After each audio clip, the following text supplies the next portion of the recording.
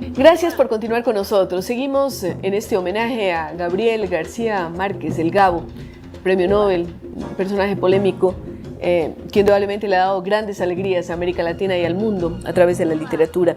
Y queremos conversar en este momento con Edgar Allan García. Él tiene una vida rica, porque no sabía yo, pero estaba viendo su biografía. Guionista, productor de televisión, guía de turismo, bailarín profesional, libretista, actor de radio, viceministro de Cultura, profesor secundario y universitario, conferencista, poeta, narrador, ensayista y novelista. No sé si se me olvida algo, pero en todo caso ha egresado de Sociología y Ciencias Políticas de la universidad. Y Psicología también ha estudiado, Psicología transpersonal. Estudios de inglés, francés, italiano, quichua, pero ahora vamos a hablar en español. Muy bien. Edgar Allan, y queremos que nos digas, ¿qué es para ti Gabriel García Márquez? Bueno, fue mi primer gran deslumbramiento. De niño había leído a Verne, Salgari, había leído a Dumas, pero cuando a los 19 años apareció por ahí un libro que lo tomé por mera curiosidad en mi casa. ¿100 años de soledad? Apareció 100 años de soledad Yeah. Y me cambió la vida. ¿Por qué? Porque fue abrumador. Es decir, estuve ante un universo tan bien construido, tan enorme, tan gigantesco. Apabullante. Apabullante, a veces, ¿no? Que ya no pude leer otras novelas con la benevolencia que debía. Es como cuando llegas a París y de pronto ya Europa... El resto de Europa te parece una aldea. Hasta que llegas a Praga. Hasta que llegas a Praga o a San Petersburgo, sí, ¿no? Claro. Sí. Pero digamos que fue como entrar directo al Taj Mahal. Y lleno de tesoros. Y de pronto encontrarme que era mi vida la que estaba ahí. Porque el haberme criado, aunque nací en Guayaquil, haberme criado en Esmeraldas, yo viví un entorno lleno de magia. Ese mágico del que... O sea, estábamos rodeados de la tunda, el riviel, la gualgura, los duendes. Todo tenía un trasfondo mágico. Y los relatos orales que yo escuchaba continuamente me acercaban muchísimo a ese mundo que me narraba García Márquez. Además, yo creo que Esmeraldas es el único lugar del Caribe que existe en el Ecuador. Bueno, algunos dicen que también Guayaquil, pero habría que pensarlo. No, sí. Esmeraldas es Caribe absoluto y es hermano de Santa Marta, Aracataca y todo lo demás. Pero bueno, ese deslumbramiento fue muy grande y además no solamente con las otras novelas me pasó que no pude leerlas ya igual, sino también con la obra posterior y anterior de García Márquez, porque yo no había leído hasta entonces El coronel no tiene quien le escriba, La mala hora o Los funerales de la mama grande, que son obras hermosas y algunos cuentos... Pero que no llegan a... Pero que están muy lejos, que son como la antesala de 100 años de soledad, ¿no? ¿Y qué te pasó con lo posterior, con Amor en tiempos de cólera o con Crónica de una muerte anunciada, que vienen después, ¿no? Que se escriben después? No te llegan a llenar o a causar el deslumbramiento que 100 años de soledad. El único libro que de alguna manera se acercaba a esta sensación fue El amor en los tiempos del cólera. Que dicen que además es el único libro en el que no es el personaje central la soledad, porque inclusive cuando habla sobre Bolívar, pues lo enfrenta como desde la soledad. Desde la soledad. No, yo creo que también ahí hay mucha soledad, también porque él en esa búsqueda de su amor perdido, de su amor encontrado pero al mismo tiempo perdido, se encuentra solo y todas esas lances amorosos son meramente sexuales, no tienen la capacidad de llenarlo y se siente inmensamente solo, tan solo como se siente en el fondo la protagonista. Te siento un poco defraudado, como que habrías querido que después de 100 años de soledad se siga llegando a más cúspides. Claro. Como que García Márquez llegó a su cúspide, 100 años de soledad, y después ya no pudo lograrlo igual. No, el que se siente defraudado o el que se sentía defraudado era el Gabo, ¿no? Porque yo creo que él sí hubiera querido algo más. Pero como que todo el mundo hablaba de sus 100 años de soledad y cuando vino el otoño del patriarca, que era una anti-100 años de soledad, ¿no? Con toda una literatura experimental, la gente rechazó inmediatamente el libro, ¿no? Fue un fracaso en las librerías, aunque actualmente es el libro que más se estudia en las universidades. Sí, se está vendiendo mucho también, sí. Pero él no pudo superar el trauma de 100 años de soledad, yo creo, porque el amor en los tiempos del cólera, él lo ha relevado hasta no más, pero evidentemente es una historia de amor, ¿no? Fantásticamente contada, con una maestría increíble, pero es una historia de amor. Acá estamos ante una Biblia, ¿no? Empieza todo cuando Macondo era tan reciente como en el paraíso, en donde las cosas no tenían nombre y había que señalarlas con el dedo. Luego comienza a crecer, se convierte ya en otra cosa. Viene la crisis de los trabajadores, la bananera, la matanza en la bananera, y luego finalmente, después de muchos personajes extraordinarios y de pasajes inolvidables, todo termina en un apocalipsis, ¿no? Cuando la estirpe de los Buendía no tendrá otra oportunidad sobre la tierra y se la traga un poco la oscuridad y la nada. Entonces empieza con un génesis, luego va un increciendo en donde hay Abranes, patriarcas bíblicos, etc.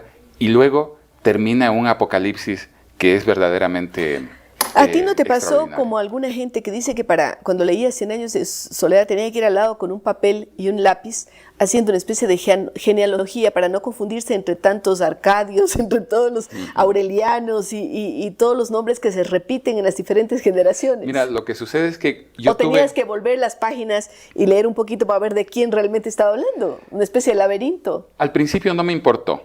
Es la misma sensación que tuve con Rayuela, ¿no? Al principio no me importaba mayor cosa esas confusiones, si seguía o no el esquema. La trama me atrapaba completamente, sí. Me apabullaba realmente. Y además te cuento que yo leí 100 años de soledad no menos de 10 veces, ¿no? Porque al principio, allí a los 19 años, fue un deslumbramiento que quedé impactado para siempre y con una envidia que no se me curó nunca, porque yo dije, yo debía haber escrito este libro, ¿no? Claro. Como a mí me pasó una vez que fui a un campo de guayaba y era el olor tan fuerte que decía, Dios mío, me robaron el título, porque el olor de la guayaba, el olor de la guayaba es algo que a uno le entra y no le sale, ¿no? Pero si supieras lo que en el fondo es el olor de la guayaba, no dirías eso. Bueno, yo estoy hablando de la forma más naif. Estoy hablando así es, del campo de árboles de guayaba. Bueno, don Plinio Apuleyo Mendoza tuvo el acierto de ponerle el olor de la guayaba. Y cuando finalmente fui profesor de literatura y imponía 100 años de soledad, lo imponía hasta cierto punto porque era para darme el gusto de leer en voz alta ante un público siempre deslumbrado todas las incidencias de 100 años de soledad. Y aunque me han fascinado y me sigue fascinando el Quijote, el Cuarteto de Alejandría de Lawrence Durrell, Crimen y Castigo, que me estremeció hasta no más, y otros tantos libros como La Conjura de los Necios. Bueno, hay una lista interminable. Yo me quedo todavía con 100 años de soledad, quizá porque fue ese primer gran deslumbramiento y también porque ninguno otro ha logrado crear un universo tan grande, ni siquiera Rulfo con su Pedro Páramo. Hay que anotar también a propósito de Rulfo que es la única obra que se conoce prácticamente, ¿no? Que García Márquez tuvo dos masazos, ¿no? El primero, él trataba de salir del realismo en el que estaba atrapado, ¿no?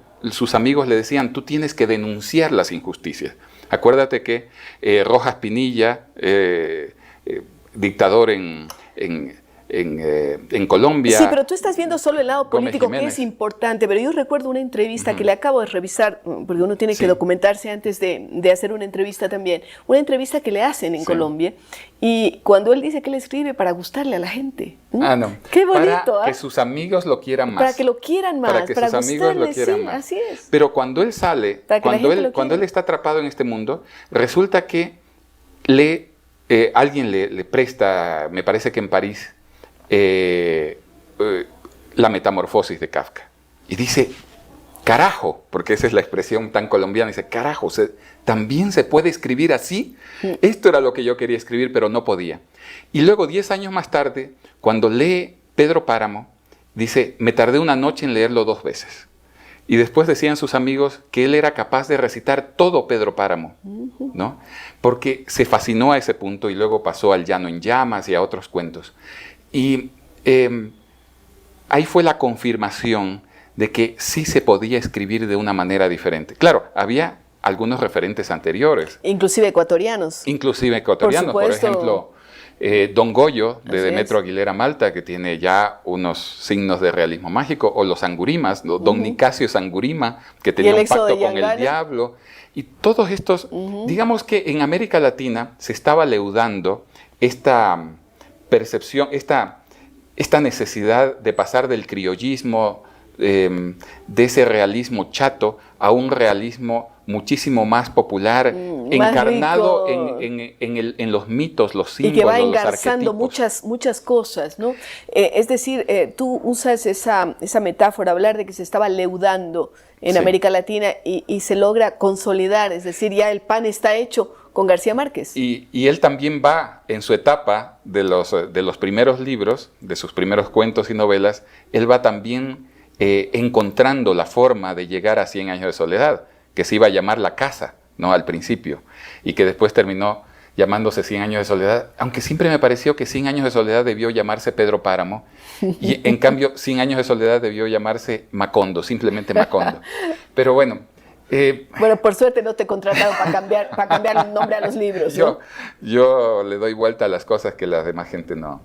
Pero también en 100 años de soledad descubrí que aparte de esa búsqueda de la identidad latinoamericana, como muchas veces ha dicho, yo creo que es la búsqueda de la verdadera identidad humana, porque tanto en África como en Asia e incluso en la racionalista y positivista Europa, encontramos que existen leyendas urbanas, que existen mitos, todo eso de los cuentos para niños. Que ahora se están claro, Andersen y los hermanos Grimm y todos ellos nos hablan de que en todo el mundo la humanidad siempre ha estado narrando historias mágicas. Y los mitos y las leyendas, inclusive las grandes religiones, tienen episodios semejantes. Exactamente. Nos quedaríamos hablando largo con Edgar Allan García porque a él se le van las palabras, le vuela la imaginación y por supuesto es muy agradable el tocar temas como los que estamos haciéndolo, pero queremos agradecerle a Edgar Allan García y continuar con nuestro programa. Ya volvemos.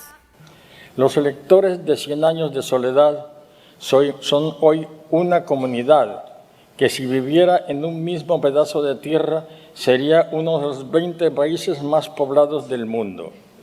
No se trata de una afirmación jactanciosa, al contrario, quiero apenas mostrar que ahí está una gigantesca cantidad de personas que han demostrado con su hábito de lectura que tienen un alma abierta para ser llenada con mensajes en castellano.